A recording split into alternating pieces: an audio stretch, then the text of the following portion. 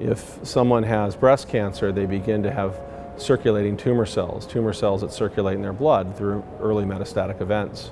Being able to probe that can lead to two things. One is a new diagnostic for diseases like breast cancer, but also the ability to collect those cells that are unique to different types of patients.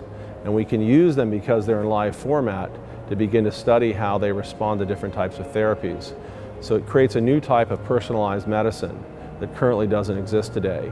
And is very important because if you take something like breast cancer, where 70% of the population might respond to a given therapeutic regimen, why doesn't the other 30% respond? Well, they're genetically different. What will they respond to? How do we figure that out as opposed to putting them on needless therapies that aren't going to be effective? So this is, I think, a first shot towards having that type of capability, and so we're very excited about it, at the very least from a research tool standpoint, maybe from a medical diagnostic tool standpoint.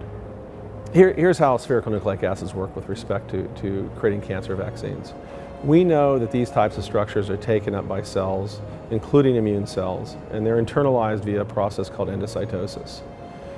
Many of the toll-like receptors that one would like to engage to regulate the immune system are in the walls of endosomes.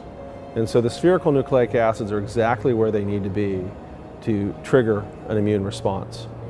And so we can selectively engage these based upon sequence, and we can activate the immune system in a very selective manner. In addition, in a vaccine type of strategy, we carry with the spherical nucleic acid, oftentimes loaded on its surface through taking a peptide, for example, and hybridizing it to an oligonucleotide on the surface of the particle, a structure that will be processed by immune cells, antigen-presenting cells, where the ligand, the peptide, will be then placed on the surface of the antigen-presenting cell. With the immune system activated, T cells will dock onto the antigen-presenting cell where that ligand is, and the T cells, which are the killer cells, will be trained then to go out and search and only kill the cells that have those ligands. And so we've done this with lymphoma, and again, we've seen very, very good results in that regard, a model that many people use in the immune therapy space. And so that becomes a general strategy where spherical nucleic acid architecture stays the same.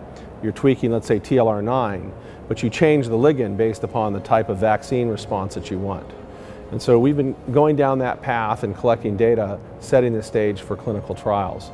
But maybe the more exciting area is one that's about to go into clinical trials, and that's the idea of using spherical nucleic acids in combination with existing drugs called checkpoint inhibitors. There we're trying to create therapeutics where we can tweak the immune system, for example, by activating TLR9 with a spherical nucleic acid, and give a patient or an animal that has the disease a checkpoint inhibitor that keeps the tumor cells from evading the immune system. In combination, those two actually work much better than alone. And so we can titrate the type of effect that we want. And the reason that's important, when we use checkpoint inhibitors alone, they actually work on quite a few people for different types of cancer, but they only address a small subset of the population.